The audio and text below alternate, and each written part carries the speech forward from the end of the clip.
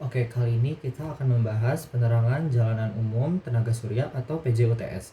Kawasan Hutan Pendidikan Universitas Brawijaya atau UB Forest merupakan aset strategis yang berperan sebagai laboratorium alam sekaligus akses vital menuju desa Sumberwangi. Secara geografis, kawasan ini memiliki karakter topografi berbukit dengan vegetasi yang lebat dan sering tertutup dengan kabut, terutama pada malam hari hingga dini hari. Kondisi lingkungan yang masih sangat asli tersebut mendukung fungsi hutan lindung, namun pada saat yang bersamaan menghadirkan tantangan infrastruktur yang perlu diperhatikan. Berdasarkan observasi awal, permasalahan utama yang ditemukan adalah tidak tersedianya infrastruktur penerangan jalan pada akses utama kawasan. Saat malam hari, kondisi jalan menjadi sangat gelap, ditambah kontur jalanan yang berkelok dan curam, serta jarak pandang yang sering terbatas akibat kabut. Ketiadaan penerangan ini tidak hanya menurunkan kenyamanan dan mobilitas warga desa Sumberwangi, tetapi juga meningkatkan dua resiko penting, yaitu meningkatnya potensi kecelakaan lalu lintas, serta tingginya kerawanan terhadap tindakan kriminal karena minimnya visibilitas dan pengawasan. Untuk menjawab tantangan tersebut, diperlukan inovasi rekayasa yang sesuai dengan kondisi geografis serta mendukung visi institusi. Penerapan penerangan jalanan umum tenaga surya atau PJUTS menjadi solusi yang tepat karena bersifat mandiri atau off-grid, tidak bergantung pada jaringan listrik PLN, memanfaatkan energi terbarukan, dan membutuhkan perawatan yang minimal. Selain meningkatkan aspek keamanan dan kenyamanan bagi masyarakat dan sivitas akademika, penerapan teknologi ini juga menjadi wujud nyata pelaksanaan Tridharma perguruan tinggi, khususnya dalam bentuk pengabdian kepada masyarakat melalui peningkatan kualitas infrastruktur desa berbasis teknologi tepat guna. Eh, Tujuan kegiatannya adalah penerangan jalan umum tenaga surya atau PJUTS dipakai atas dasar membantu memfasilitasi pengguna jalan akses UB Forest menuju desa Sumberwangi yang minim adanya penerangan jalan dengan memakai sistem off-grid sebagai sistem sumber energi menggunakan panel surya demi menempuh salah satu misi SDGs ke-7 yaitu energi bersih dan terjangkau. Solusi dari permasalahan ini adalah sebagai solusi atas ketiadaan jaringan listrik dan kondisi jalan yang gelap serta berkabut di akses UB Forest menuju desa Sumberwangi. Diusulkan rancang bangun penerangan jalan utama jalan umum tenaga surya atau PJUTS berbasis sistem off grid yang mampu beroperasi mandiri tanpa infrastruktur kabel PLN. Sistem ini mengintegrasikan panel surya efisiensi tinggi dengan mekanisme kendali otomatis berbasis sensor cahaya atau LDR yang secara responsif mengaktifkan lampu LED saat intensitas cahaya menurun akibat malam hari maupun kabut tebal, serta didukung manajemen daya baterai yang andal untuk menjamin keselamatan pengguna jalan. Sasaran kegiatan rancangan teknis penerangan jalan ini adalah masyarakat dan kelompok pengguna yang akan memperoleh manfaat secara langsung dari pelaksanaan proyek. Kelompok tersebut mencakup seluruh warga Dusun Sumberwangi yang terdiri dari sekitar 350 kepala keluarga atau kurang lebih 1.200 jiwa. Mereka akan merasakan manfaat utama berupa peningkatan keamanan, baik dari risiko kecelakaan maupun potensi tindak kejahatan. Selain itu, proyek ini juga ditujukan bagi wisatawan edukatif, mahasiswa, serta peneliti yang berkunjung ke kawasan UB Forest untuk keperluan pendidikan lingkungan, penelitian, dan kegiatan rekreasi, sehingga aktivitas mereka dapat berlangsung dengan lebih aman dan nyaman. Untuk alat kerja yang pertama ada jangkul, digunakan untuk menggali tanah awal pada pembuatan lubang pondasi tiang. Cara pemakaiannya mengayunkan mata jangkul ke tanah untuk memecah dan mengangkat lapisan tanah yang keras. Yang kedua ada skop untuk mengeruk, digunakan dengan mendorong mata skop ke material lalu mengangkatnya secara bertahap agar rapi. Yang ketiga ada ember, digunakan sebagai wadah air, pasir, semen, dan aduan beton. Cara pemakaiannya mengisi sesuai kebutuhan lalu menuangkan material ke area cor atau lubang pondasi. Yang keempat ada cetok, berfungsi untuk mengaduk-adukan semen skala kecil.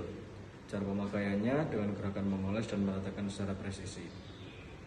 Lalu yang kelima ada linggis untuk membantu menggali tanah keras atau berbatu. Cara pemakaiannya dengan menusukkan ujung linggis lalu mencongkel tanah atau batu.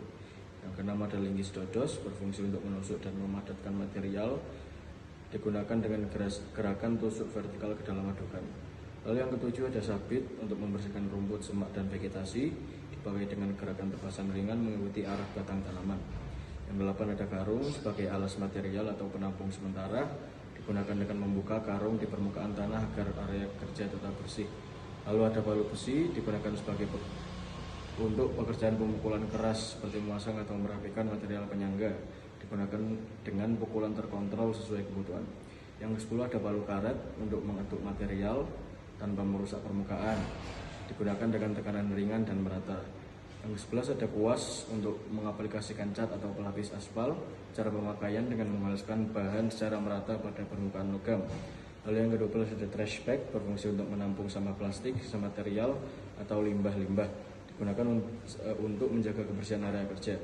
Lalu ada sapu lidi untuk membersihkan area kerja dari debu, tanah, atau sisa atukan, dipakai dengan gerakan sapuan menyeluruh di sekitar pondasi. Yang ke-14 ada kapi untuk meratakan dan menghaluskan permukaan beton, digunakan dengan gerakan tarik dan dorong agar hasil rapi. Lalu yang ke-15 ada obeng, digunakan untuk mengencangkan atau melepas baut dan sekrup pada unit lampu, dipakai dengan memutar arah atau berlawanan jarum jam. Yang terakhir yaitu tang untuk menjepit, menarik, atau menyesuaikan komponen kecil seperti kawat atau baut, digunakan dengan tekanan tangan secukupnya. Selanjutnya pada proyek IoT, pengenalan IoT sektor pertanian berbasis hidroponik. Namun sebelumnya, apa itu hidroponik? Hidroponik adalah metode budidaya tanaman tanpa tanah yang menggunakan larutan air kaya nutrisi untuk memberi makan akar tanaman secara langsung. Pada kesempatan kali ini kami menggunakan IoT dan menggunakan hidroponik dengan cara pada tugas kali ini proyek kami adalah memasang hidroponik di Desa Sumberwangi, UB Forest. Kenapa kita di sini memakai hidroponik? Jadi hidroponik dipakai karena menawarkan efisiensi lahan, air, dan nutrisi, memungkinkan produksi lebih tinggi dengan pertumbuhan lebih cepat, serta mengurangi resiko hama dan ketergantungan cuaca. Untuk hidroponik sendiri, kami juga menggunakan IoT untuk mengecek seberapa baik tanaman tersebut mendapatkan nutrisi. Kita menggunakan 4 sensor, yaitu ada sensor suhu, sensor pH, sensor TDS, dan sensor isi. Kemudian di sini ada manfaat penerapan IoT untuk hidroponik. Yang pertama itu efisiensi waktu. Kemudian ada efisiensi tenaga, ada peningkatan hasil panen dan peningkatan kualitas panen. Perkenalkan, nama saya Muhammad Azim Al-Fatih, NIM saya 255060211108 dari kelompok D2. Perkenalkan, nama saya Ryan Nur Afian dengan NIM 255060020111109 dari DU02. Perkenalkan, nama saya Muhammad Imran Dhani, NIM 2556020111101 dari kelompok D2. Izin memperkenalkan diri, nama saya Muhammad Rafli Al-Ghani, NIM 255060600111005. Perkenalkan, nama saya Daniel Rehansyah Aditya Wardana, NIM 255060700111002 dari DU2. Saya akan menjelaskan tentang latar belakang proyek pengabdian masyarakat kami, yaitu proyek drainase. Proyek ini dilakukan di UB Forest, tepatnya di Desa Sumberwangi. Berdasarkan hasil observasi kami di lapangan, kami menemukan permasalahan pada sistem drainase yang kurang optimal. Akibatnya, beberapa sistem saluran air mengalami pendangkalan akibat endapan, penyumbatan akibat sampah, dan ukuran saluran yang relatif sempit. Kondisi tersebut mengakibatkan saluran air yang tidak lancar, sehingga saat pada musim hujan, terjadi genangan yang dapat menyebabkan banjir pada jalan sekitar. Oleh karena itu, diperlukan upaya perawatan dan perbaikan sistem drainase agar aliran air dapat kembali lancar dan lingkungan sekitar menjadi aman dan juga nyaman. Adapun tujuan dari kegiatan ini adalah untuk memperbaiki fungsi drainase dengan cara melebarkan saluran yang semula sempit, membersihkan endapan tanah, serta sampah di dalam dan di sekitar drainase, sehingga aliran air menjadi tidak terhambat kembali. Selain itu, kegiatan ini juga bertujuan untuk mengurangi resiko genangan air dan banjir, serta meningkatkan kenyamanan dan keselamatan masyarakat, khususnya bagi pengguna jalan di sekitar lokasi kegiatan. Solusi permasalahan. Dari permasalahan yang kami dapatkan, ada beberapa kesimpulan yang kami dapat, yaitu melakukan pelebaran diameter drainase yang sesuai dengan kebutuhan lingkungan. Hal ini bertujuan agar tidak terjadi genangan atau banjir. Lalu kita perlu untuk melakukan renovasi terhadap drainase tersebut sesuai dengan lingkungan. Tentunya kami perlu melakukan pembersihan secara rutin yang bertujuan agar tidak ada endapan yang dapat menyebabkan banjir. Sasaran kegiatan. Sasaran kegiatan yang mendapatkan manfaat dari pelebaran drainase ini pertama adalah masyarakat desa, di mana masyarakat memiliki drainase yang lancar dan jalan di desa tidak licin karena air menggenang. Pihak kedua yang mendapatkan manfaat adalah pemangku daerah, di mana pemangku daerah terbantu dalam penyelesaian masalah di desa. Pihak ketiga yang mendapatkan manfaat adalah mahasiswa, di mana mahasiswa mendapatkan pengalaman dan ilmu terkait pengabdian kepada masyarakat. Alat yang kita butuhkan untuk perbaikan drainase yang pertama adalah cangkul, lalu linggis. Kemudian yang selanjutnya yaitu ada sekop dan juga arit. Lalu ada linggis dodos, cetok, sama ember. Dapat kita gunakan untuk mengemburkan tanah yang keras. Cangkul dapat kita gunakan untuk memindahkan tanah yang gembur ke pinggir drainase. Oke, untuk alat yang selanjutnya yaitu ada sekop. Fungsinya yaitu memindahkan tanah yang gembur untuk masuk ke dalam ember. Yaitu ada arit. Fungsinya yaitu untuk memotong rumput. Oke, berikutnya ada ember untuk mengangkut tanah. Ada cetok. Cetok fungsinya untuk meratakan tanah dari drainase. Ada linggis dodos. Linggis dodos untuk menggemburkan tanah yang keras dan menggunakan tenaga dari badan. Langkah yang selanjutnya yaitu cara melakukan perbaikan. Langkah yang pertama yaitu mengukur dan memetakan area drainase. Yang kedua, menggali saluran berbentuk trapesium sesuai standar. Lalu langkah yang ketiga yaitu memadatkan tanah agar tidak mudah tergerus. Yang keempat, membersihkan sampah dan material penyumbat. Langkah yang terakhir adalah evaluasi fungsi aliran setelah perbaikan. Sekian penjelasan dari proyek drainase dan akan dilanjutkan oleh proyek berikutnya. Infrastruktur jalan merupakan fasilitas vital bagi masyarakat pedesaan. Di Dusun Sumberwangi dan juga Dusun Sumbersari, kondisi jalan yang rusak seperti berlubang dan juga bergelombang telah menghambat mobilitas warga serta distribusi dari hasil pertanian. Kerusakan ini juga meningkatkan risiko kecelakaan dan kerusakan pada kendaraan, terutama saat musim hujan. Oleh karena itu, kegiatan pengabdian masyarakat ini dilakukan sebagai solusi berkelanjutan melalui perbaikan jalan dengan menggunakan pengecoran beton. Solusi yang diterapkan adalah perkerasan kaku menggunakan beton mutu K175 yang lebih tahan terhadap beban kendaraan dan juga kondisi cuaca. Sasaran kegiatan ini adalah masyarakat setempat sebagai pengguna jalan, serta mahasiswa dan pengunjung kawasan UB Forest. Tahapan kegiatan ini dimulai dari pengukuran panjang, lebar dan ketebalan jalan, pemetaan area pengecoran, hingga pembersihan badan jalan agar struktur beton dapat kuat dan tahan lama. Baik, selanjutnya saya akan menjelaskan tentang alat dan bahan dan juga cara-cara perbaikan jalan. Alatnya dimulai dari cangkul, ember, linggis, dan juga cetok bangunan. Dan juga bahannya yaitu adalah pasir, air, semen, dan kerikil kecil. Untuk perbandingan dalam pembuatan beton ya bisa menggunakan 1:2:3. Lalu beton diratakan untuk jalan dan juga menggunakan teknik curing sebagai finishing. Sekian, terima kasih. 3. Oke, jadi kali ini kita bakalan ngebahas yaitu proyek renovasi pendopo. Pendopo itu merupakan sebuah tempat atau seperti gazebo gitu yang biasanya sering digunakan oleh masyarakat untuk melakukan rapat, diskusi, atau ada kegiatan-kegiatan kemasyarakatan yang lainnya. Pendopo di daerah proyek KKM kita kali ini itu sudah usang, sudah termakan oleh waktu, oleh cuaca, oleh keadaan alam, dan segala macam, sehingga membuat kondisi dari pendopo itu kurang baik dan sudah mulai kurang layak pakai. Maka dari itu, salah satu proyek KKM kita kali ini adalah untuk memperbaiki pendopo tersebut agar menjadi lebih layak guna, menjadi tetap layak guna, dan bisa digunakan kembali untuk kegiatan masyarakat yang lebih bermanfaat ke depannya. Oke, jadi tujuan proyek ini diharapkan dihasilkannya pendopo yang dapat digunakan untuk berbagai kegiatan masyarakat, pendopo yang aman dan nyaman dari segala aspek.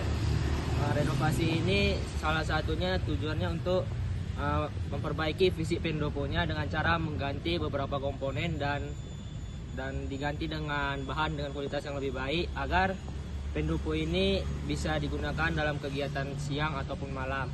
Renovasi pendopo ini juga akan mempertimbangkan pencahayaan yang optimal dan ventilasi udara yang baik. 3. Oke, jadi untuk memperbaiki pendopo itu ada beberapa alat yang kita perlukan. Alat yang pertama adalah palu. Saya tidak ada palu aslinya, mungkin ini bisa menggantikan palu secara asli. Teman-teman juga semua pasti tahu cara menggunakan palu ya, biasa diketok ke arah yang mau dikencangkan itu sampai bahan tersebut sudah masuk dan sesuai. Lalu ada lagi yang kedua namanya linggis. Linggis itu biasanya dipakai untuk ngebuka tanah yang terlalu keras. Jadi seperti biasanya dicongkel gini, gitu ntar baru diangkat gini. Nah itu alatnya, cara proses alat dari linggis itu. 3. Oke, jadi alat yang ketiga adalah cangkul. Cangkul itu digunakan untuk menggali tanah yang sudah gembur, yang sudah digemburkan sebelumnya oleh linggis. Jadi cangkul itu digunakan dengan cara tangan dominan kalian di depan, tangan yang tidak dominan di belakang, lalu dicangkul gini, baru diangkut gitu. Terus menerus seperti itu sampai kedalaman yang kita inginkan. Lalu ada sabit atau celurit yang biasa digunakan untuk memotong rumput dan membersihkan daerah dari pendopo tersebut. Biasanya kita pakai untuk angkat dulu rumputnya, lalu kita ginikan. Tidak boleh ke arah sini agar tidak terkena bagian tubuh masing-masing. Kita keluar seperti ini. Oke, yaitu alat yang kelima dan keenam ada kuasjet 3 inci dan kuasjet 5 inci. Itu seperti yang teman-teman sudah semua ketahui ya, bahwa kuasjet itu sering digunakan untuk mengecat. Lebih tepatnya kalau kuasjet 5 inci itu untuk mengecat toilet di pendopo itu, lalu kuasjet 3 inci itu untuk mengecat tiang-tiang atau apanya. Cara penggunaannya sudah layaknya cat aja, ibaratkan ini kuas, jadi tinggal kita ini aja secara vertikal ya, tidak boleh horizontal ataupun diagonal, kan tidak ada putih-putihnya. Oke, jadi barang yang ke-7 itu ada trash bag. Fungsinya ini untuk masukin sampah biar gak kotor lingkungannya. Yang kedua itu ada sapu lidi. Sapu lidi itu untuk membersihkan kayak daun-daun gitu, bisa atau rumput yang disabit tadi. Ini misalnya sapu lidi dipegang ininya, baru disapu aja gini. Baru yang barang ke-8 ada kapicat. Dia itu fungsinya untuk ngelupas cat yang udah lama. Nanti ya ini misalnya ini cat kita gini kayaknya, baru kita dorong-dorong ke atas gini terkelupas dia. Oke, barang selanjutnya itu ada palu karet, yaitu untuk merekatkan paving block biar lebih merekat. Misalnya ini paving blocknya udah kita lengketkan, kita tekuk-tekuk biar dia lebih tahan lama. Baru barang yang terakhir itu ada cetok. Misalnya ini cetoknya fungsinya itu untuk ngambil semen, kita taruh baru kita ratakan gini.